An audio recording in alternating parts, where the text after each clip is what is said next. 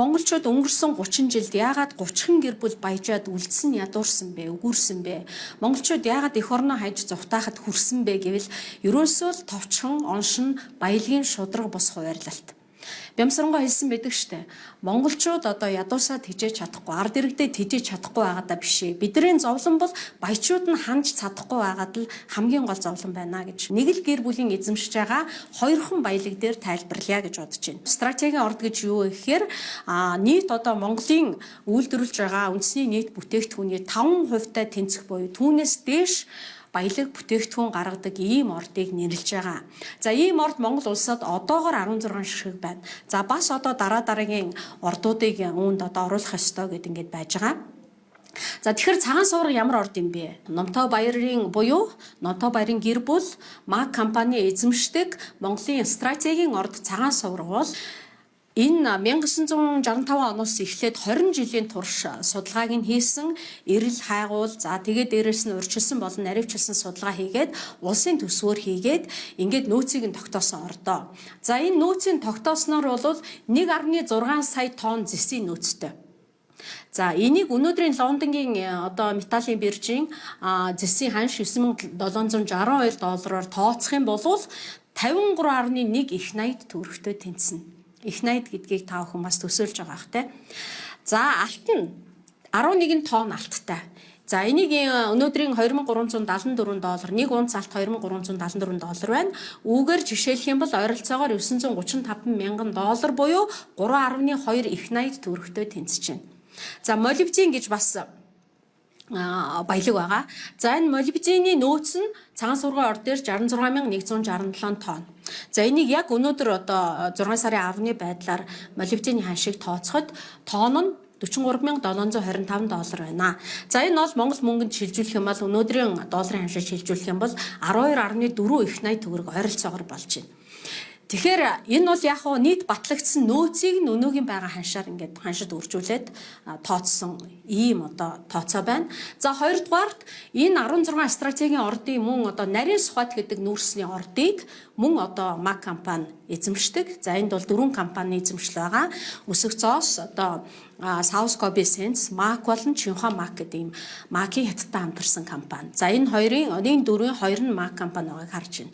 За энэ нарийн Сухбатын чулуун нүүрсний ордын нөөцийг 229 сая тонноо гэж үзсэн байна. За энийг өнөөдрийн одоо олон улсын бирж дээр байгаа $133 ханшаар үржүүлэх юм бол 30.4 тэрбум доллар буюу 103.5 их найд төгрөгтэй тэнцэж байна. Тэгэхээр энэ бол МАГ-д байгаа 41 лицензний зөвхөн 2 нь. Монгол улсыг тэжээх стратегийн ийм ордын 2-2 нь ганцхан гэр бүлд байна. Тэгэхээр 103.5 их найд, 12.4 их найд, 3.2 их найд, 53.1 их найд ингээд нийтдээ үзэх юм бол энэ одоо бараг 170 их найд. Төгрөгийн ийм баялагийг нэг гэр бүл эзэмшиж байна гэсэн үг.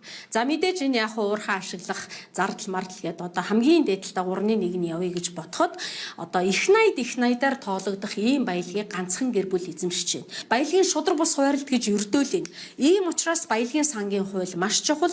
Ийм учраас наад зах нь стратегийн ордынхоо тодорхой хувийг төр үнгүй эзэмших нь одоо шудраг ус юм аа. Энэ бол дээрэн биш ээ. За ийм их баялагийг жишээлбэл Монгол улс бид нар 3.4 саяулаа яаж амьдрдаг юм бэ? Бидний жилдээ улсын төсөвтэй харьцуулъя гэж бодож байна. Улсын төсвийн урсгал зардал 24 оныхоор бол 21 их найд төгрөгөөр батлагдсан байгаа. Тэгэхээр 21 их найд төгрөг бол зүгээр л ингээд энэ гэр бүл бид нар улсаараа нийлээд 3.4 саяулаа нийлээд жилдээ 21 их найд төгрөгийг зарцуулж амьдрдаг байна. А гэтэл нэг гэр бүлийн эзэмшиж байгаа баялаг хэдэн 10 их найдаар тоологдож байна. Тэгээ энэ шудраг ус мөн үү? Ийм байхад бид яаж сургууль цэцэрлэг барих юм бэ? Ийм байхад яаж өвчлөлийг багасгах юм бэ? Яаж эмч нарын багш нарын цалин нэмэх юм бэ? Би зөвхөн хоёрхан ордтой л ингээд харьцуулж ярьж шít. Монгол улсын гадаад өр нөгөө бид нарыг айлгаад байгаа. Дэлхийн дунджаас 5 дахин их нэмэгдсэн гадаад өр нийт гадаад өр бол 34.5 тэрбум доллар байгаа. Одоо энэ бол засгийн газрын өр болон хувийн хвшлийнхны өр нийлээд. За энэ бол хэдэн төгрөг 117.3 тэрбум төгрөг гэсэн үг. Нэг хүнд 34.5 сая төгрөг буюу 34 сая 500 мянган төгрөгийн өмнө өнөөдөр төрж байгаа нялхсаас эхлээд өтгсөн хүртлээр ийм өртөө байна. Гэтэл зүгээр ганцхан ордоо Монголын төр одоо ганцхан ордоосоо л энэ өрийг төлж болохоор байна. Ганцхан ордоосоо бид нар 21 их найдыг одоо тэр багш эмчнэрийн цалинг хэд дахин ч нэмж болохоор ийм мөнгийг олж болохоор байна. Ийм л шудраг бус хуваарлалт өнгөрсөн 30 жилийн турш явсан учраас баян хоосны ялгаа хитээдчихэд байгаамаа. Тэр баялагын сангийн тухай хууль бол энэ ялгааг арилгах хамгийн ихний хамгийн чухал алхам мөн. Ер нь байгалийн баялаг гэдэг бол хэн нэгэн бүтээгээгүй. Нямтайшрын гэр бүл, номтой хоёр огт бүтээгээгүй. Энэ бол сая жилийн турш газрын дор бүрэлдэж бий болсон баялаг. За дээрэс нь яг энэ баялагтай энэ газар нутгийг бидэнд үлдээж өгөхийн төлөө бас сая өвөг дээдс маань цусаа урсгасан, дайн тулаан хийсэн, зовсон зүдэрсэн, алдсан онсон. Тэгэхээр энийг бол зөвхөн нямтайшрын гэр бүлийн төлөө энэ сая жилийн тулаан тэмцэл, эрх чөлөөний төлөөх тэмцэл зориулагдаагүй. Энэ нийт ард түмний сайн сайхны төлөө зарцуулагдах ёстой баялаг. Газрын баялаг ухаж зарж байгаа хүмүүсийг бизнес эрхлэгчдээс арай өөр ангид авч үзэх ёстой гэж би үздэг. Энэ бол хин нэгний бүтээсэн үйлдвэрийг, хүнсний үйлдвэрч юм уу, хувцсны үйлдвэрч юм уу, өөр нэг оргуугаас баялаг бүтээсэн тийм үйлдвэрийг булааж авч байгаа хэрэг биш ээ. Энэ бол шудраг ёсоор Монголын ард түмэнд энэ тэнцүү хуваарлагдах, зарцуулагдах ёстой. Бидний сайн сайхан амьдрал болон бидний ирээдүйн хідэн үедээ сайн сайхан амьдрах ийм үйлд зарцуулагдах ёстой учраас баялагын сангийн тухай хууль бол зайлшгүй юм аа. Ер нь Монгол улс өөрөө энэ газрын доор олборлож байгаа энэ баялагынхаа тэр одоо хүдэрт ямар ашигт малтмал, ямар баялаг, ямар хэмжээтэй байгааг өөрсдөө бас нарийн сайн шинжилдэг болмоор байгаа юм аа.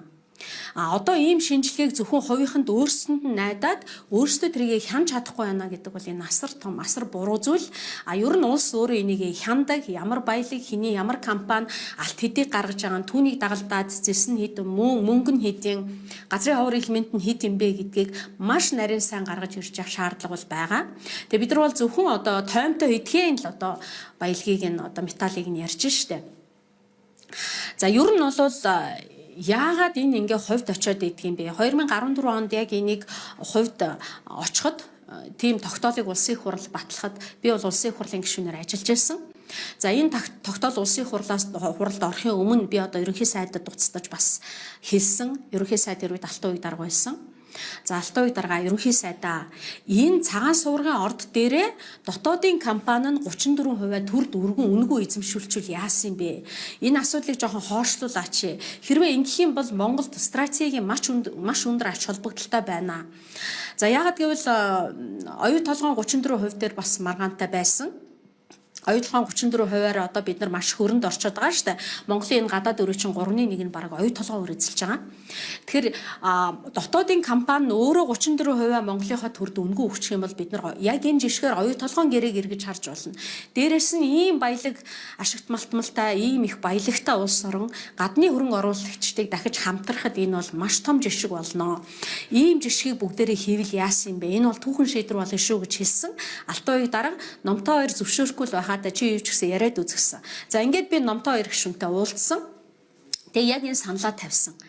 Юу гэж дээ тийм юм байхгүй штэ гэд намайг баг дотроо ямар хүүхчиг юм ярьдг юм бэ гэж шоолж ах шиг байсан. Тэгээ гарч явсан. Тэгээ бид хоёр хоёулаа хуралдаа орсон.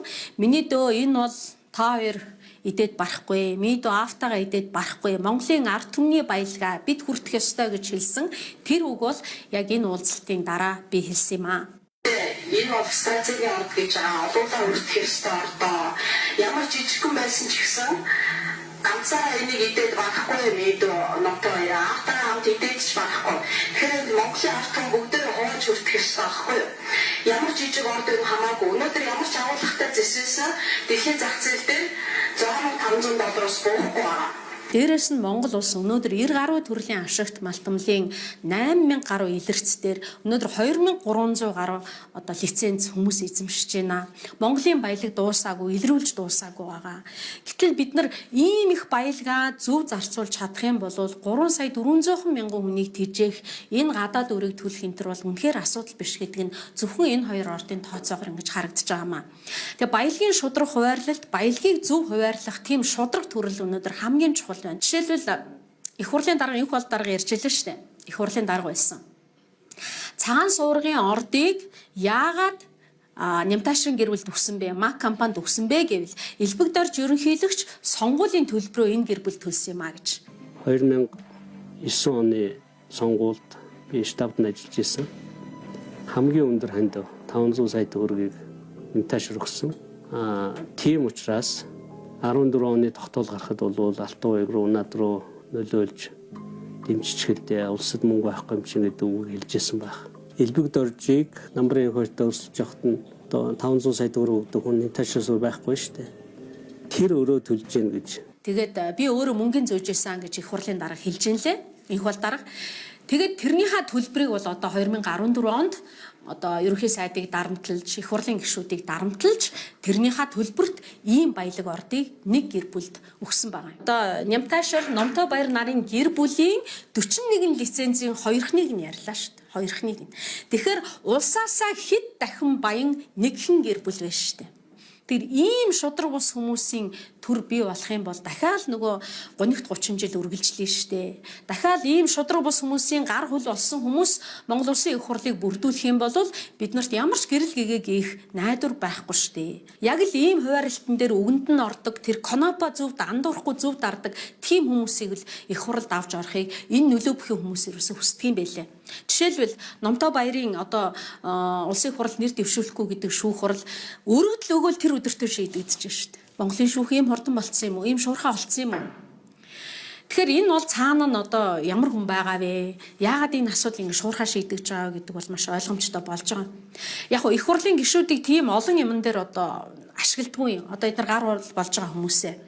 За яг нь жижиг сажиг хуулиуд дээр саналаа хэлж болно, өөрийнхоороо байж болно те.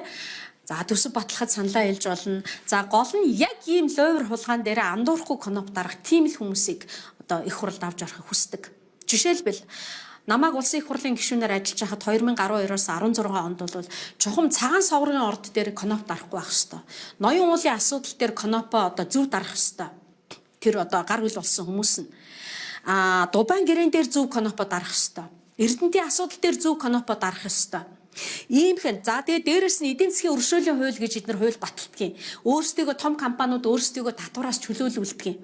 Ийм хэдхэн асуудал дээр л конопо андууралгүй дарах тийм конопчтой их хурал руу авч ордог юм аа. Тийм өөрийн утсан хүүхэлдээнүүдэд оруулах гэж ингэж чичирдэг юм бэлээ. Үүний төлөө тэр бумаар мөнгө зардаг юм бэлээ.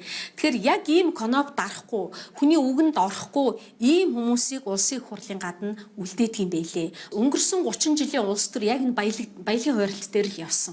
Бид нарыг ядууруулсан 30 гэр бүлийг баяжуулсан энэ баялагын хуваарлт дээр л Монголын улс төр тогтож байсан. Хэн баяжих юм, хэн ямар хууль батлуулах юм, хэн ямар компани ямар төлөвлөлөө их хуралд оруулах юм бэ гэж. Тэгэхээр би юу гэж хэлэх гээд байна вэ гэвэл одоо сонголт хийхдээ 8 жилээр биш 30 жилийг харж дүгнээсэ. 30 жил өөрчлөгдөхгүй юу гэж. Энэ одоо баялагийг шудраг усаар хуваарлж ирсэн, баялагаас баяжсан цөөн хідэн тэр бомтнууд өнөөдөр Монголын улс төрийг, Монголын улсыг төрийг эрхшээж байгаа гэж ингэж бодож энийг өөрчлөхийн төлөө сонголт хийгээсэ гэж хүсэж байна.